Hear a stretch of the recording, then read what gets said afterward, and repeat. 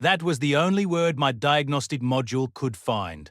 It pulsed a frantic violet light across my optic nerves as the handheld unit trembled in my grip. Warning. Localized density spike. Subdermal calcium matrix exceeds grade 4 titanium tensile strength. Recalibrate sensor array immediately. The human, New Mexico, Q09, was simply standing there. He was tightening a high-voltage conduit with a manual torque wrench, his forearm muscles rippling beneath a faint, jagged line of pale skin. He wasn't screaming. He wasn't in pain. He was whistling a low rhythmic melody from a pre-expansion Earth broadcast. I looked at the scanner, then at the man. On M09, I managed to click, my antennae locking into a rigid vertical position. Your internal structure is wrong. Would you have kept working? Because the human didn't even notice his own body was rewriting the laws of physics. 4 hours earlier, the shift had been standard. Engineering Base 7 on Selvari Station Tessara is a quiet sector. We handle the heavy-duty power couplings for the deep-range arrays. It is precise work, requiring steady appendages and extreme patience. M09 had been with us for 3 months. A former electrician from Earth.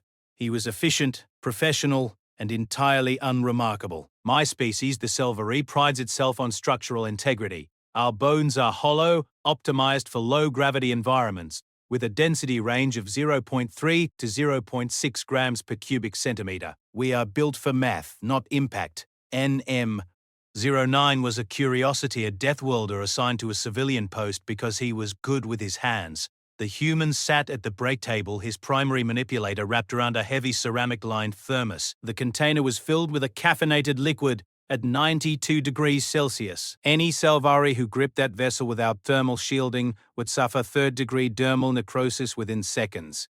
NM09 held it with casual indifference. He didn't even use the handle. He just squeezed the scalding cylinder while reading a technical manual. That was when I saw it. A faint silvery line traced across his left radius. It was perhaps 10 centimeters long, a scar. To a Selvari, such a mark on the forearm signifies a catastrophic structural failure that would require permanent mechanical bracing. Old injury? I asked, pointing one sensory filament at the mark. This? NM09 glanced down, his fingers tightening on the thermos until the plastic casing groaned. Yeah, broke it when I was 12. Broke? Yeah, fell off a roof, snapped both bones clean. He took a long swallow of the boiling liquid. Anyway, Grid 4 needs those couplings swapped. Let's get to it. We return to the floor. Standard procedure dictates using hydraulic lifters for the 14-kilogram power couplings. I watched as NM09 ignored the machinery entirely.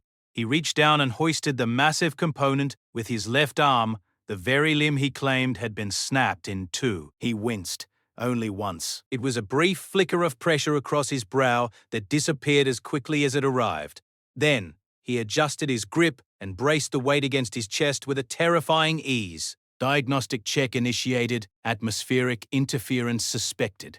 I activated my handheld scanner, aiming the beam at the moving limb. If a medically compromised Terran skeleton still exceeds our heavy infantry reinforcement by 164%, the thought died in my mind as the device emitted a sharp rhythmic beep. Warning, scanning anomaly. Fracture site detected at 45.2% shaft length. Mineralization density, 2.05 grams per cubic centimeter. NM09, I whispered, my primary sensory filaments vibrating in a pattern of extreme distress. Stop moving. Now. The scanner wasn't malfunctioning, it was struggling to categorize a biological impossibility. I watched NM09 during the midday nutrient cycle. He sat in the mess hall, oblivious to the fact that the station's entire medical board was currently screaming over his telemetry. He reached for a dry, dense bread roll. He didn't use a utensil. He simply applied a slight pressure with his thumb and forefinger. The hardened crust disintegrated into dust. To a Selvari, that bread represents a structural challenge. To him, it was a minor inconvenience, solved by a casual application of force. I looked back at my datapad. Mineralization density at the old fracture site was 2.05 grams per cubic centimeter.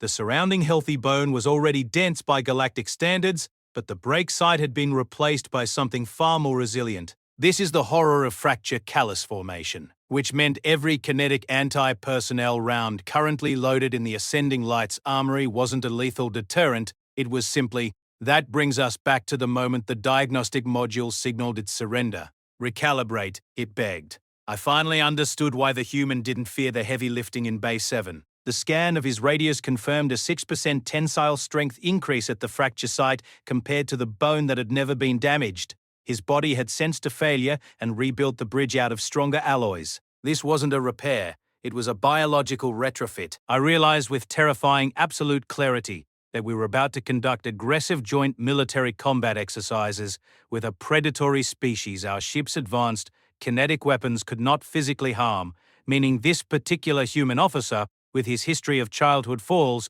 was practically an invulnerable walking tank.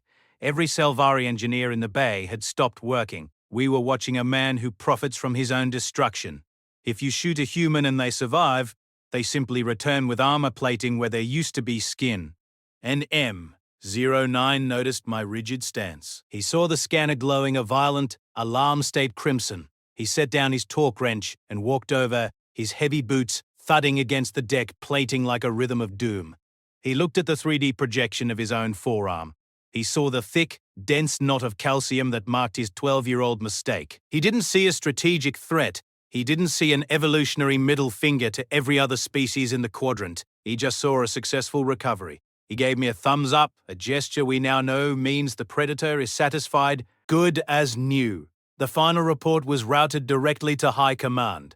All human medical files were immediately reclassified as top-secret weapons development blueprints. We no longer look at their scars as history. We look at them as a roadmap of where our weapons will fail next. The weapons index for the entire fleet was revoked within the hour for total reassessment. NM09 is still in the bay. He is currently whistling that same rhythmic tune while lifting power couplings that would crush my entire ribcage. I do not volunteer for his shifts anymore.